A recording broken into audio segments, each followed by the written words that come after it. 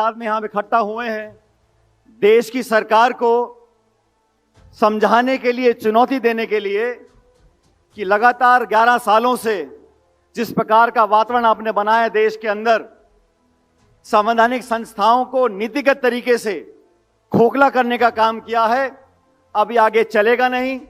मैं मानता हूं कि आज अखिल भारतीय कांग्रेस कमेटी ने, राहुल गांधी जी और खड़गे जी ने आप सबको यहां पर बुलाकर एक शुरुआत करी है। ये लंबी लड़ाई रहेगी। 70 सालों से जिन संवैधानिक संस्थाओं को हमने पोषित किया, आज उनको जानबूझकर खोखला कर लोगों के वोटों के खिलवाड़ कर ये साबित करना चाहते हैं कि ताकत से, पक्षपात से ये लोग चुनाव जीत सकते हैं। साथियों, हमारे अड़ोस पड़ोस में चाहे चीन हो, चाहे पाकिस्तान हो, चाहे नेपाल हो, चाहे श्रीलंका हो, किसी भी देश को लोकतंत्र का उदाहरण नहीं मानते।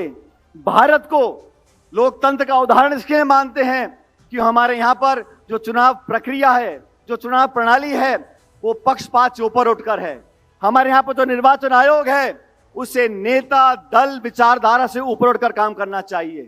दुर्भाग्यवश राहुल गांधी जी ने इतनी बार प्रमाण दिए कि वोट में घपला हो रहा है, वोट चोरी हो रही है, लेकिन निर्वाचन आयोग ने आज तक एक जांच भी स्थापित नहीं करी है।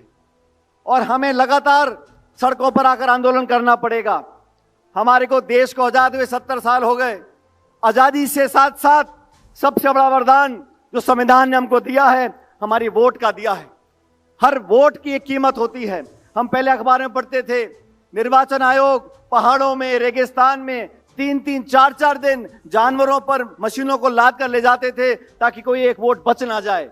और आज क्या हो रहा है? लाखों लोगों के नाम काटे जा रहे हैं। विपक्ष के लोगों की आवाज को दबाया जा रहा है। हम लोगों को कोर्ट जाना पड़ता है निर्वाचन आयोग को मनवाने के लिए। हम चाहते वोटर लिस्ट देते, वो नहीं दे रहे। एसआईआर देश में 12 राज्यों में हो रही है। सैकड़ों पीओ ने आत्महत्या कर ली है। ये बीएलओ आत्महत्या क्यों कर रहे हैं? क्या दबाव इनके ऊपर है? ये सवाल जनता जानना चाहती है। अरे चुनाव में हार जीत होती रहती है। हमने बहुत चुनाव जीते, 2-4 हार भी गए, आगे फिर जीत जाएंगे। लेकिन चुनाव प्रणाली, चुनाव आयोग निष्पक्ष हो, ये जिम्मेदारी हम सब लोगों की है। और इस देश में जो सरकार काम कर रही है, ये विपक्ष की आवाज दबाने के लिए ईडी को, सीबीआई को, आईडी को, सबको इस्तेमाल करना चाहती है। लेकिन हम सब, हमारी पार्टी की ताकत आज हमारे सामने खड़ी है। देश भर में कांग्रेस पार्टी का एक कार्यकर्ता, नौजवान, बुजुर्ग, 36 कौम के लोग, चारों धर्म के लोग मिलकर इस संविधान को अपना सब कुछ मानकर आगे वाले रास्ते में संघर्ष करने के लिए तैयार हैं।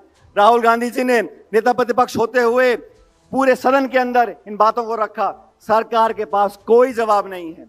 किसान हो, महंगाई हो, बेरोजगारी हो, इस पे कोई चर्चा करना नहीं चाहता। सिर्फ धर्म और जाति की राजनीति हो रही है। और दुर्भाग्यवश निर्वाचन आयोग, जिसकी आस्था, जिसको हम सबको आस्था से देखना चाहिए, आज शक पैदा हो रहा है, सवालिया निशान उठ रहे हैं और कोई जवाब नहीं आ रहा। इसलिए आज एआईसीसी ने हम सबको यहां पर एकत्रित किया है। ये लाखों करोड़ हस्ताक्षर वहां सामने पड़े हैं। पूरा देश और दुनिया देख रही है कि कांग्रेस का कार्यकर्ता आने वाले समय में इस मुद्दे को कैसे सड़कों तक ले जाता है। हमने हस्ताक्षर करे हैं, सभाएं करी हैं पूरे देश में, और ये लंबी लड़ाई रहेगी। ये घमंड और अहंकार से राज करना चाहते हैं। हम अहिंसा से, प्यार से, मोहब्बत से सबको साथ जोड़कर आगे बढ़ना चाहते हैं। लेकिन चुनाव आयोग को समझना होगा, जवाब देना होगा। और जनता, 140 करोड़ लोग न्याय मांगते हैं, अपने वोट का अधिकार मांगते हैं। हम वोट कटने नहीं देंगे, धांधली होने नहीं देंगे। और आप हमारी ताकत हो, राहुल गांधी जी की ताकत बनकर आगे बढ़ते रहो। और आने वाले समय में हम लोगों को जनता सेवा का मौका देगी और हम जनता की सेवा करते रहेंगे। आप सब लोग लाखों की तादाद में यहाँ पर आए, मैं आप सबका पुनः बहुत बहुत अभिनंदन करता हूँ। राम राम साहब।